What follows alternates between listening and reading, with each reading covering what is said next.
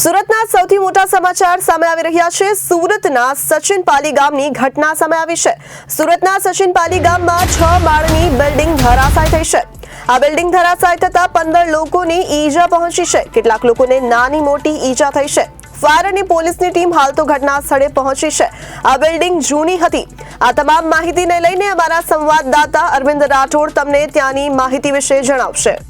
જી ચોક્કસથી જે પ્રમાણેની આ બિલ્ડિંગની ઘટના છે તે સચિનના પાલીગામ ખાતે એકાએકા બનેલી ઘટના છે તે અત્યારે ધરાશાયી થઈતી સામે નજરે આવી છે અને ફાયર વિભાગ દોડતું થઈ ત્યારે પાલીગામમાં આ વિસ્તારમાં આવેલી આ જે 5 માળની ઇમારત છે એકાએક ધરાશાયી થતા આસપાસના વિસ્તારોમાં ફફડાટનો માહોલ સ્પષ્ટપણે ફેલાયો છે અને હાલ કેટલાક લોકો જે ફસાયા હોવાની આશંકા છે અને તેને લઈને રેસ્ક્યુ ઓપરેશન હાથ ધરવામાં આવ્યું છે।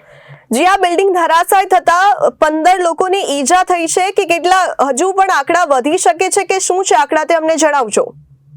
ચોક્કસ આસ્થા જે રીતની હાલ પ્રાથમિક જ આ માહિતી છે એટલે સ્પષ્ટપણે જે રીતનું રેસ્ક્યુ ચાલી રહ્યું છે એટલે વધુ લોકો પણ આમાં દટાયા હોવાની આશંકા સેવવામાં આવી રહી છે એટલે આ આંક છે તે વધે તો નવાય નહીં પરંતુ હાલ જે રીતના ફાયરની ઘટના અને ટીમ સ્થળે જઈને જે રેસ્ક્યુ ઓપરેશન હાથ ધરવામાં આવ્યું છે અને મહત્વની વાત છે કે આ જે 2017 માં બનેલી જે આ ઇમારત હતી એટલે ક્યાંક ને ક્યાંક અનેક સવાલો ચોક્કસ ઉભા કર્યા છે પરંતુ સ્થાનિકોમાં એક ભયનો માહોલ ચોક્કસ પેદા થયો છે। જી આ દુર્ઘટના સર્જાતા હાલ તો સ્થળ પર ફાયર અને પોલીસની ટીમ ઘટના સ્થળ પર હાજર છે અને અન્ય કયા અધિકારીઓ ત્યાં હાજર છે તેની માહિતી અમને જણાવજો।